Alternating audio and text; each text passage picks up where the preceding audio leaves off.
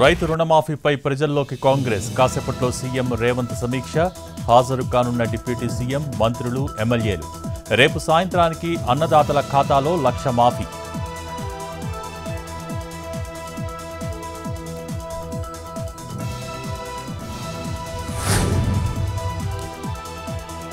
irrigation అధికారులతో మంత్రి ఉత్తమ్ సమీక్ష పాలమూరు రంగారెడ్డి కొడంగల్ నారాయణపేట్ ఎత్తిపోతలపై రివ్యూ పెండింగ్ ప్రాజెక్టులు త్వరగా పూర్తి చేయాలని అధికారులకు ఆదేశం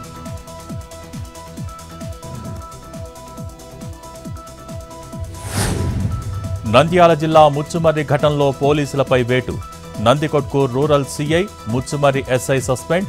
బాలిక మిస్సింగ్ కేసులో నిర్లక్ష్యం వహించినందుకు చర్యలు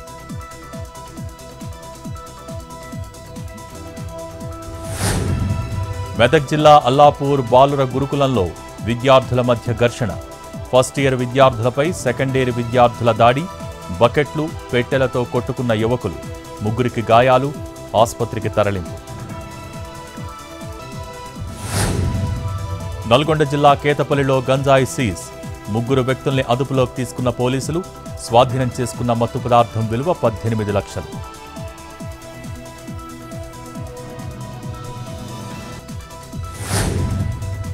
భూపాలపల్లి జిల్లా సింగరేణి ఏరియాలో నిలిచిన బొగ్గు ఉత్పత్తి భారీ వర్షాలతో గనిలోకి చేరిన నీరు 6,000 టన్నుల కోల్ ఉత్పత్తికి అంతరాయం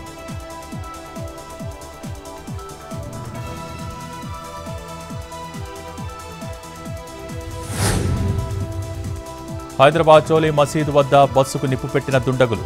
పార్కింగ్లో ఉన్న వాహనం దగ్ధం పోలీసులు ఫైర్ ఫైటర్స్కు ఫోన్ చేసిన స్థానికులు మంటలను అదుపు చేసిన ఫైర్ సిబ్బంది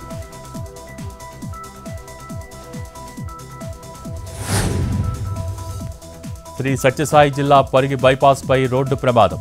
అతివేగంగా ఢీకొన్న 2 కార్లు దెబ్బతిన్న వాహనాలు ప్రయాణికులకు స్వల్ప గాయాలు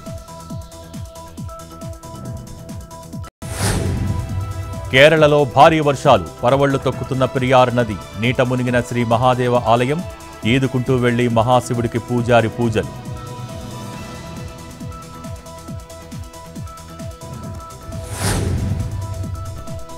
కృష్ణా బేసిన్ రైతులకు గుడ్ న్యూస్ తెరుచుకున్న ఆల్మట్టి డ్యాం గేట్లు 14 గేట్లు ఎత్తి నీటిని దిగువకు వదిలిన అధికారులు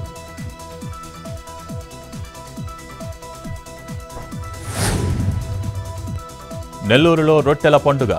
బారాషాహీద్ దర్గాకు తరలివస్తున్న భక్తులు రేపు తెల్లవారుజామున గంధ మహోత్సవం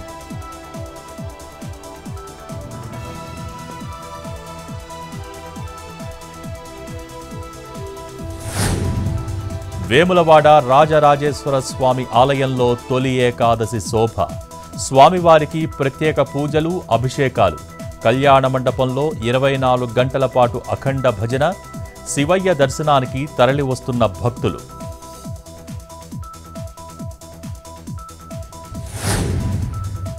కాకినాడ జిల్లా చీడిగలో వెంకటేశ్వర స్వామి ఆలయంలో ఏకాదశి శోభ 20,000 రూపాయి కాయిన్లతో స్వామికి అలంకరణ దర్శనానికి బారులు తీరిన భక్తులు